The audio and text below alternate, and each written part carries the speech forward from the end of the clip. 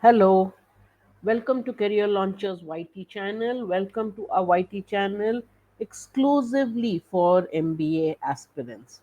We continue our series of reading comprehension passages. This month, we will be doing passages based on art and literature. As you know, art and literature passages are a little more difficult than other passages because of the language used in these articles.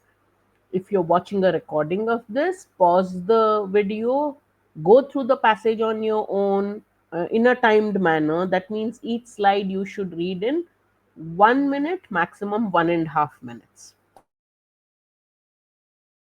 there are 2 slides, you should finish reading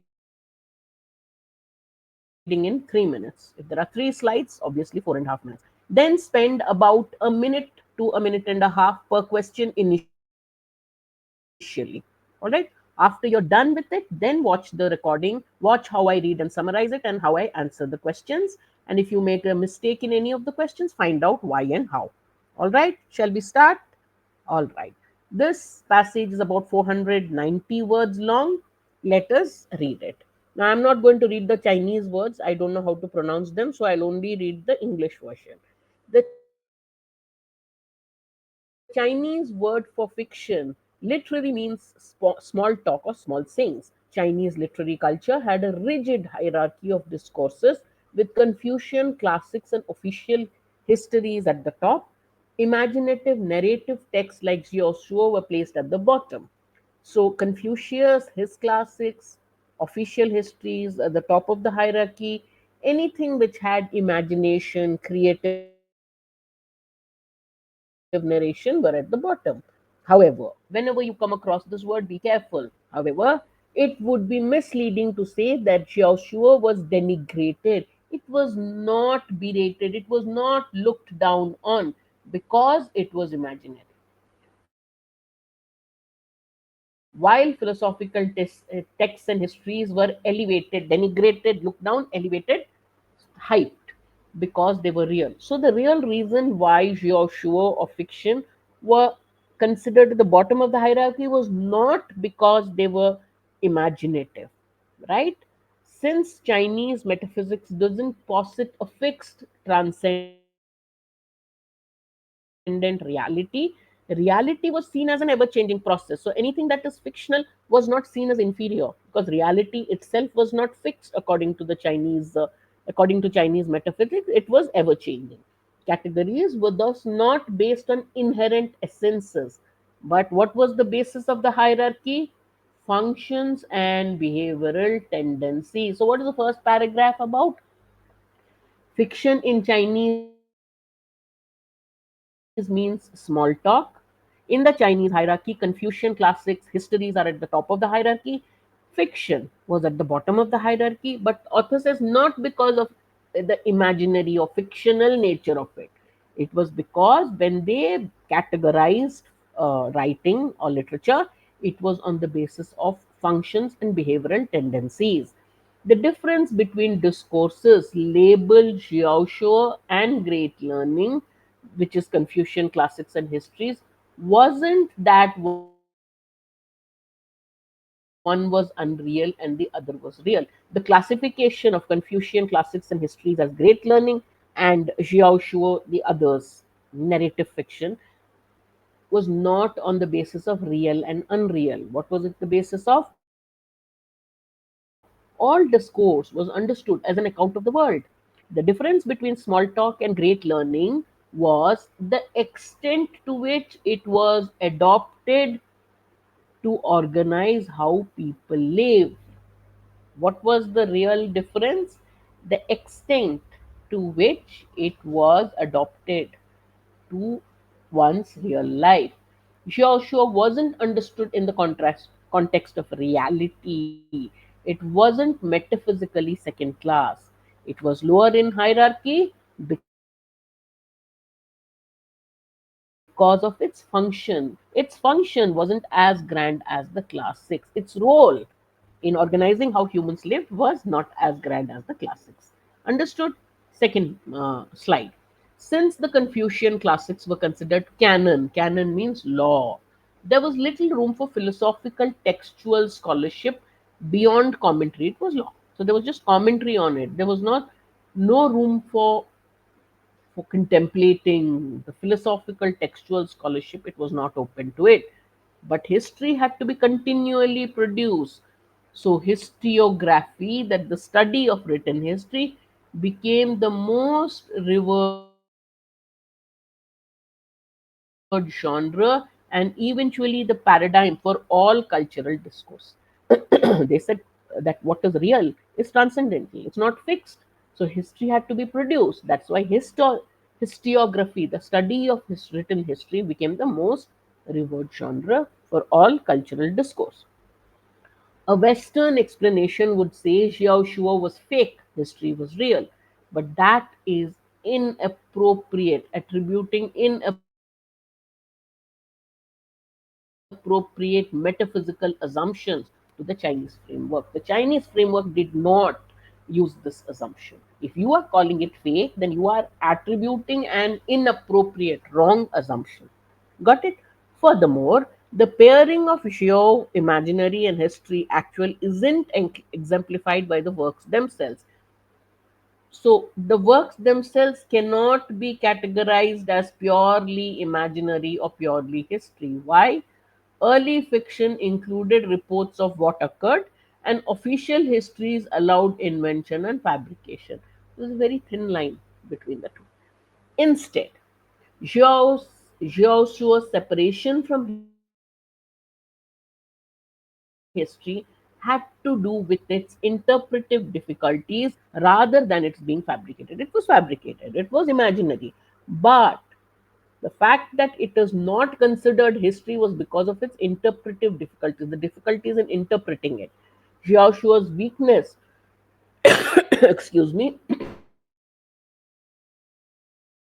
wasn't tied to being imagined, but to being unsuitable as a vehicle for meaning. So, this Chinese version of fiction, what was its weakness? Not that it was fiction, not that it was imaginative in character, but it was unsuitable. There were interpretive difficulties and it was unsuitable as a vehicle for meaning.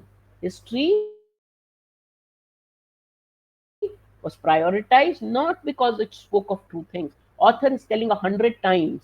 Fiction was called small talk and lower in the hierarchy not because of the imaginary element, not because of the unreal element. He has mentioned in the article, the authors mentioned it so many times, including the last time, that history was prioritized not because it spoke of true things. It was prioritized because it provided a stable basis for literary activity. What is that stable basis? A continual process of meaning making through writing and interpretation. History was a continual process of finding meaning through writing and interpretation. History was interpretable because the mandate of heaven posited that events reflected political legitimacy. But Joshua, often including the supernatural, didn't carry such weight. So history had the weight of the mandate of heaven, but Joshua didn't have that support. All right, let's look at the next slide. These records of strange, supernatural, jigwai, while categorized as Joshua, were seen as leftover history. Right?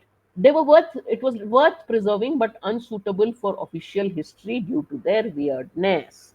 Thus, discourse that posed trouble for social and political interpretation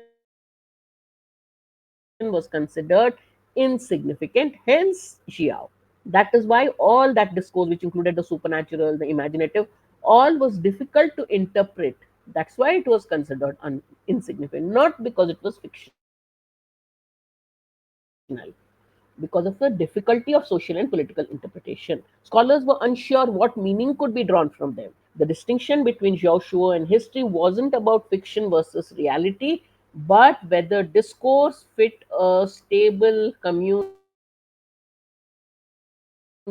interpretive framework. If it fit, then it was considered history. If it didn't, it was difficult to fit, then it became Xiaoshuo. Got it? Let's look at the next slide. Without an unchanging reality, Xiaoshuo didn't invite mimesis, therefore, no apparatus to distinguish real from fictional. To grasp this, imagine a wooden duck. For hunters, its point is defined by its relation to real ducks, similar enough to deceive but different enough for human beings to recognize.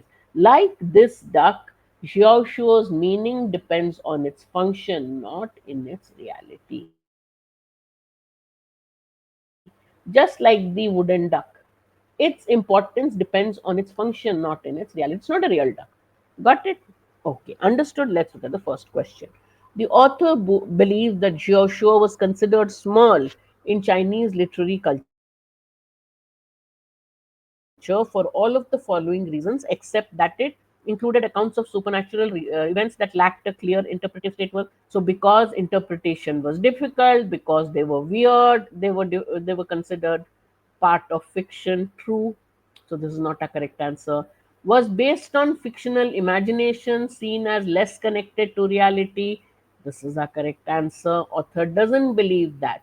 Throughout the passage, he says Yaoshuo was considered small talk not because of its fictional imagination, not because it was not connected to reality, because of other reasons. Did not play a significant role in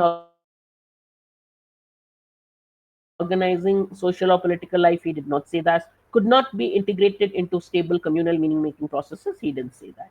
He only said that this was, therefore, this is the correct answer. B. Question 2. Which of the following hypothetical scenarios, if true, would strongly undermine the central argument of the passage? What's the central argument of the passage? Chinese fiction, Xiaoshuo was called small talk, but it was not considered inferior to history because it was imaginative. It was considered, it was lower in the hierarchy because of its function. Its function, its role in human life was not as grand as that of history or of Confucian teachings. Right? Okay, let's read. So, which one would undermine or weaken the author's central argument? A newly discovered Confucian text contains elaborate ghost stories and supernatural events previously thought to be exclusive to Xiaoshu. It doesn't matter if a Confucian text contains ghost matter, it does not undermine the author's main argument because he does not say that the inclusion that Xiaoshu was inferior because it included the supernatural. It was inferior because it was weird to interpret ghost stories. So maybe the Confucian text could interpret it properly. So there was problems with interpretation. So this will not undermine it. Chinese scholars of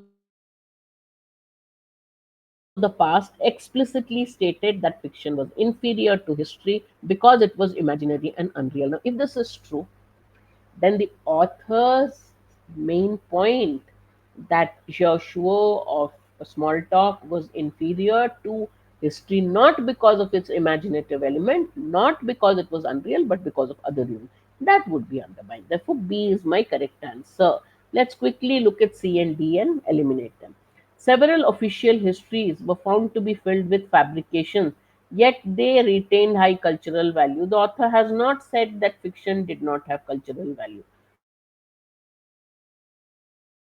So this will not undermine it. Many Shiguai records of the strange were later incorporated in official history. This is also correct. It's only the interpretation. If the interpretation is difficult, if they are weird, that is what makes them inferior. If they could be interpreted, if they are included in history, it doesn't matter. He has in fact said here that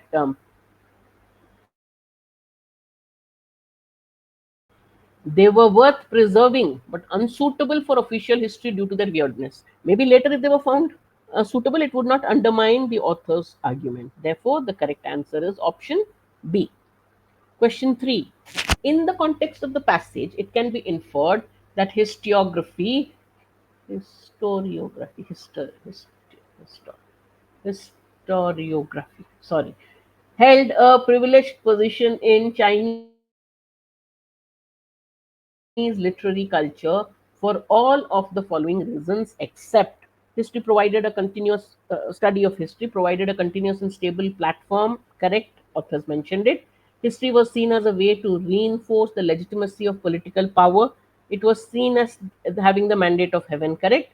Historians were free to include fictional events. He did not say anything about the narrative appeal. So this is a correct answer. History required ongoing production. That is also correct. That is part of what why it was important. Therefore, history became important because history required continual production.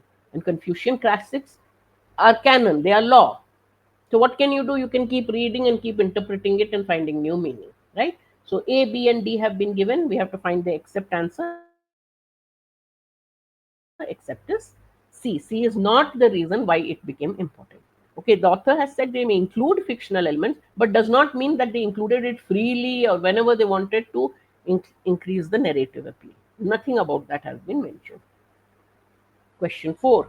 In the context of the passage, which of the hypothetical scenarios is not an example of how the status of Xiaoshuo or fiction was shaped by its function than its reality? Is not an example of something being shaped by function than reality. Not an example. A collection of ghost stories written as moral parables. This is an example of function. So this cannot be the answer. An imaginative account of a political rebellion becomes an official history because its function is to support dynasties' legitimacy. True. So this cannot be correct.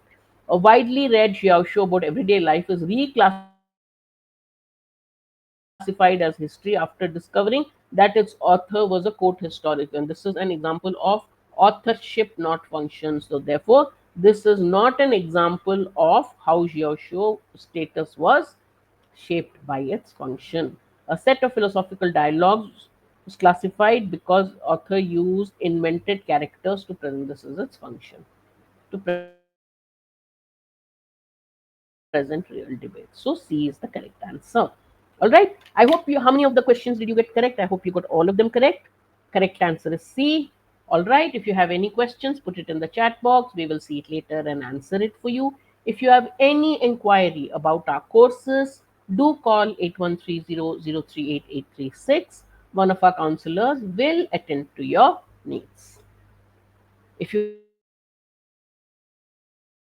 haven't yet subscribed to our channel, please subscribe to it. If you like this video, please press the like button and share it with your friends. Until next week, then, bye bye.